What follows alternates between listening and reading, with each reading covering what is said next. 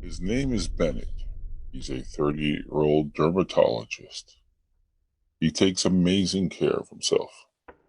People know him and call him the physically elite, very financially secure, and to people with his charisma, he is socially desirable. And yet, a man whose dating life leaves behind a trail of emotional wreckage. Today's story is about a man named Bennett who's also a dermatologist. I actually got to know Bennett for quite some time as his life coach. And a lot of the things that you're going to hear today, you may say narcissist, and you may be right. But I want you to also look into where this behavior has stemmed from. But before we go into the story, please subscribe, like, share, and comment. And now on with the story. Our investigation begins on a Thursday evening. Bennett is on a first date with a woman named Natalie. They have exchanged messages for a week.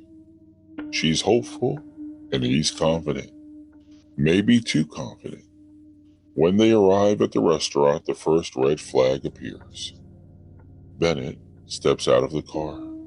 He adjusts his shirt, checks his reflection in the window, and walks ahead. He doesn't open her car door. He doesn't wait, and he doesn't look back. Now, to the outside eye, it appears intentional. A slight power move, a quiet dismissal. But, according to those who know Bennett, Bennett is completely unaware. And in the restaurant, the pattern continues. He reaches the entrance, opens the door just wide enough for himself, and lets it fall behind him. Natalie catches it before it hits her. And at the table, he sits and takes care of himself, while Natalie stands there awkwardly as if she was waiting for him to pull out her chair. She thinks to herself, no opening my car door, no holding the restaurant door for me, and now just sits right down and takes care of himself without even waiting for me to pull out my chair at the very least. No courtesy, no awareness. To Natalie, this feels disrespectful. To Bennett, this is his norm. And this is where our investigation begins. A man who appears polished on the outside, but whose relational behaviors leaves a trail of emotional victims behind him. Red flags. Are you picking up on anything? Again, if you watch the behavior, if you knew Bennett, I should say, you would see he is completely oblivious to his behavior. There's an expectancy in reference to himself, but people are to walk among him is almost as if it's your friend. I'm just hanging out with my guy friend, girlfriend, or whatever, but just the friend zone. But he's looking to make a connection here. Not a good start, but when you're used to this kind of pattern, how could you see it? Do you reflect on it? Do you know anyone out there like this? How did you deal with it? Go ahead and put that in the comments. Now, if you had to look at Bennett, to really examine him, Bennett is by all measures a catch. He's 6 foot, 210 pounds, 4% body fat, a successful dermatologist, attractive, fit, as we said earlier, financially stable, and highly educated. When he's on the dating apps, which is his main area to investigate his prey, if you will, women tend to swipe towards him. They respond, and they look forward to that first date. But beneath the polished exterior lies a man emotionally undeveloped. socially unaware, and psychologically conditioned to believe he is a very, very high value man. And in this way, it sabotages every relationship he touches. He falls in love after one date. Now, on that one date, he expects intimacy immediately. He believes women should want him, not because of connection, but because of credentials. This isn't confidence. This is how he's programmed. So he doesn't know any differently. His expectations are high because they were trained to be that way. But you have to understand where that mentality has come from.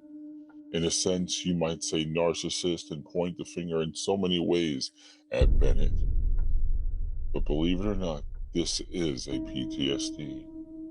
His parental conditioning came from both of his parents, who are also doctors. And they both raised him with a single message. Both parents would emphasize that when he was a child, you are going to be a high valued man. You already are a high valued young boy. So imagine having that premise, that thought stuck in your head. They also would say things like, remember, you're going to be a doctor like we are, which means life should be on your terms. Your partner must match your status, or she is beneath this family. Now notice what they said, not that she's beneath you, but that she is beneath this family. This wasn't guidance. It was an indoctrination. Every time Bennett meets someone he likes, he immediately tells his parents. Even at the middle age of 30s, he makes it a point to tell his parents. After all, he's been programmed. This is always what he did. And every time, they interrogate him. Well, Bennett, what does she do? Bennett, does she earn well? What is her background, family-wise? Her nationality? Does she match the family's values? And most importantly, will she be worthy to you? And if there is any hesitation in his speech, or if he was to speak up and say some of those don't fit the criteria, well, then they tell him, okay, Bennett, have your fun, and then end it. This is the foundation of the case. Bennett isn't dating women. He's screening applicants for a position his parents invented. And so, for 8 long years, probably even longer, Bennett only knows this cycle. Match with a woman, fall in love instantly, expects intimacy quickly. But with those 3 dating loops, he does have something that is all his own. You see, because he's so used to taking care of himself, such as opening his own car door, opening a restaurant door, seated before you do, that also plays the same in bed. In fact, he has developed a reputation from these women to have the definition of a man who is immature when it comes to lovemaking. Or maybe he's even scared because sometimes he can't perform at all. Now, when this does happen, Bennett gets offended just as much as the woman.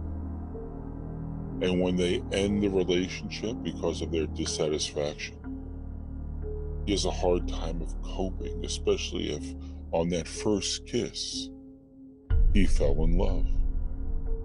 So he begins to smother them with calls after calls, even if the date went well, rather than saying, looking forward to the next date. What he does is he'll ask them, did you have a good time? And they'll say, yes, I had a lovely time. Perhaps we can have another date. I'll reach out to you. Now, when he says, I'll reach out to you, it's not in a few days so the person can mentally think of you and swoon over you and really start visualizing of what can be. No matter what the time, if the date ends at 11 p.m. and you are now on your way home or maybe even home, Bennett will call you just to say, I wanted to hear your voice. Just to say and get approval, did you enjoy yourself? After she would say, I look forward to another date. Now, at first, this didn't bother her. It shows interest, and she enjoyed it. She liked it. But then the next morning would come, and just to hear the interest, Bennett would say things like, good morning, I hope you have a great day. Just to get the response via text back, I hope you do as well. That would mentally get him through. Midday would come. How's your day going? Thinking of you. It's been busy. Okay, text you later. End of the day. Seated home. Just got home, very busy with patients. How was your day? It was busy as well. Then he would try a phone call. She would write back, a little tired, we'll talk soon. This would happen daily. And then by the time the end of the week would come in, it made the woman rethink the possibilities of another date. Perhaps he's too attached. Perhaps I'm not the one for him. He seems a little bit immature for someone who has such stability in his life. And they begin to block him. And he begins to blame them. And he looks for ways. If he can't find you, if you blocked him on a phone, he finds you on Instagram, Facebook, and anywhere else, even WhatsApp, where he can get a connection. And they end up blocking him there too. Now, in behavioral psychology, this is known as the crazy eight loop, a back and forth cycle of emotional highs and lows that never resolve themselves. You see, Bennett isn't unlucky. He's predictable. And women who date Bennett report the same things as I said. The maturity levels. He doesn't know how to please a woman. He's so self-absorbed. He doesn't know how to be a gentleman. He only cares about his intimacy when he does get it. He leaves me unfulfilled. Then he disappears for hours and expects me just to lie around like a rug. He expects perfection and perfection.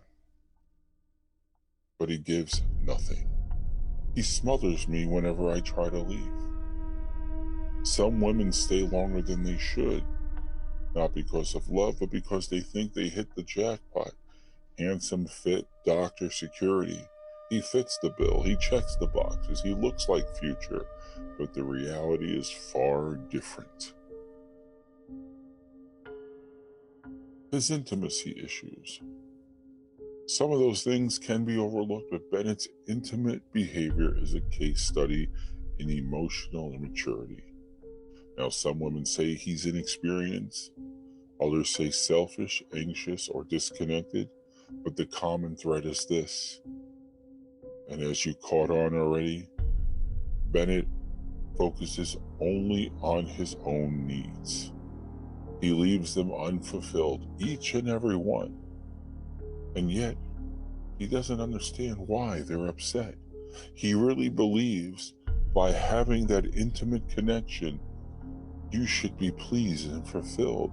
His mind really believes this. Now, again, this isn't malice. This is his conditioning from his youth to adulthood because his parents told him, protect your experience. You are high value. And so he treats intimacy like a transaction, something he receives, not something he shares. In fact, when the woman breaks off, and he could find a way on Instagram, even if the phone is now blocked, he says, I'm going to win this. It's not over. I will win in the end. And when he finally does make a connection with a woman that feels connected to him, no matter how much he wants to win, he still experiences impotence. His impotence keeps them frustrated, and he makes those excuses. Just give me time. I just have to get comfortable. It's always me, I, but there is no I in team. And so the cycle repeats. Now, there is another side to the case. When Bennett does become intimate with a woman and she discovers she isn't as fit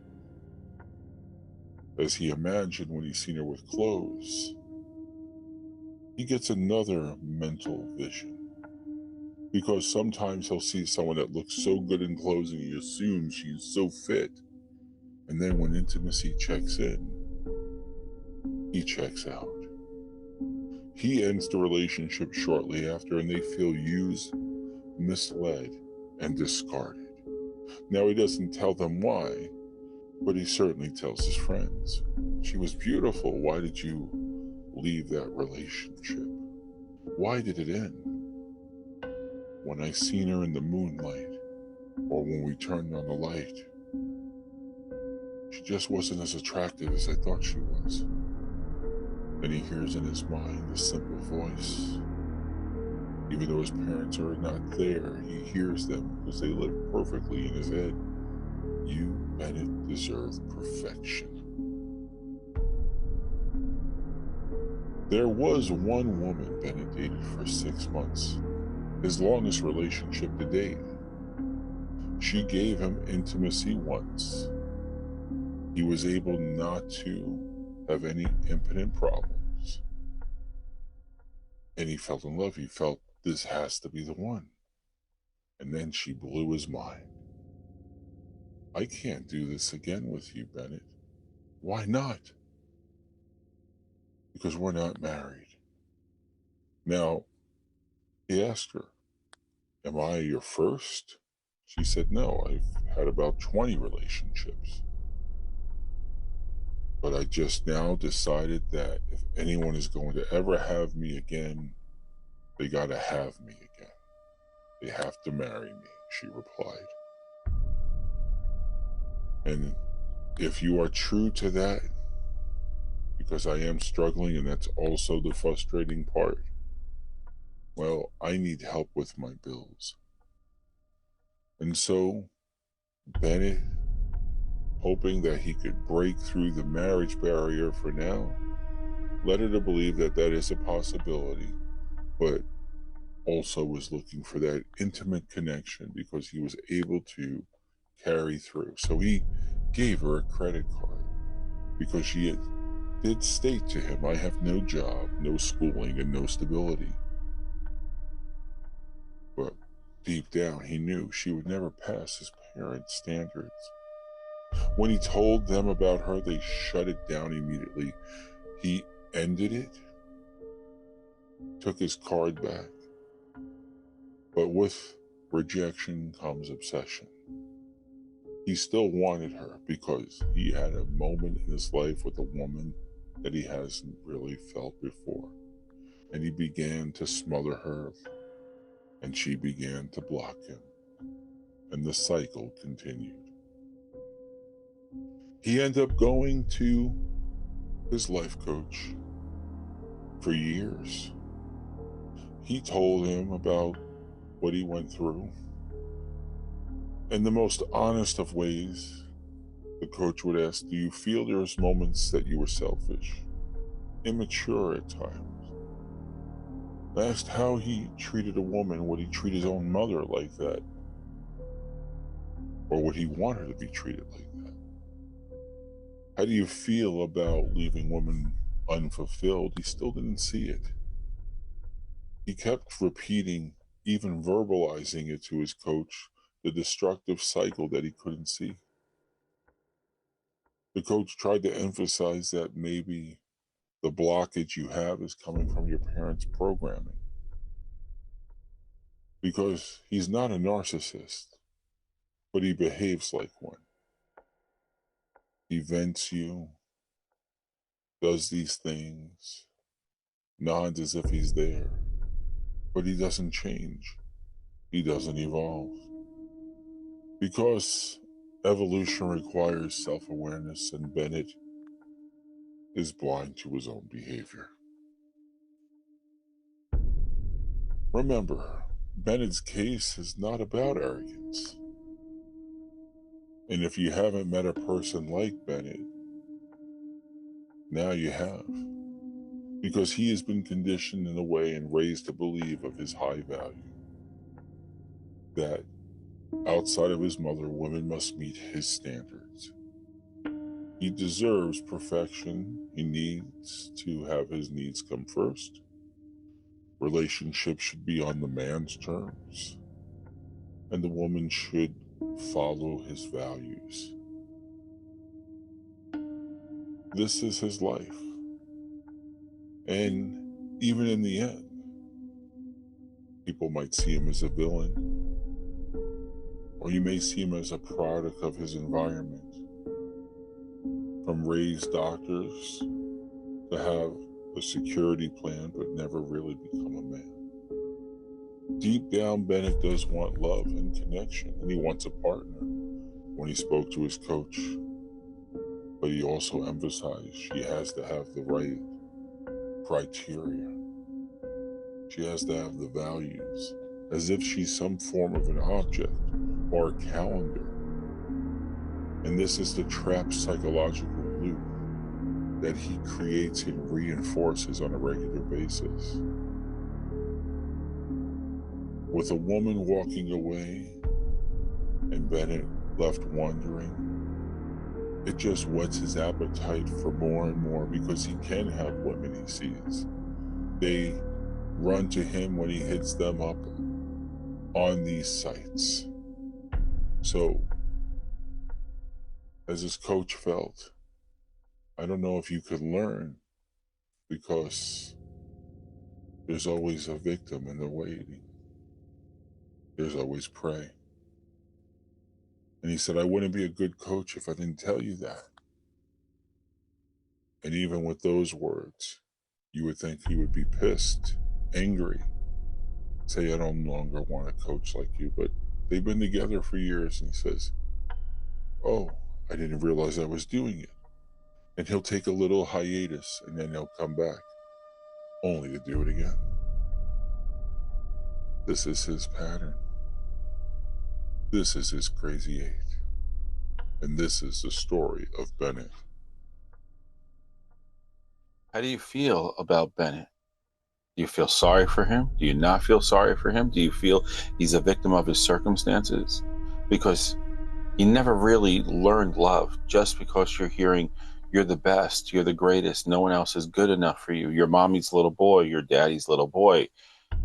He never really got the connection to really feel love. So when he got it, he grabbed a hold of it when it met the guidelines, the values, the standards that he thought could be. But then he had his own personal standards, because he looked at himself not only education wise, like I'm a catch, but physically they also have to meet perfection. And there's no such thing as perfection, but there is perfection in reference to having a connection. That's how you find your perfection.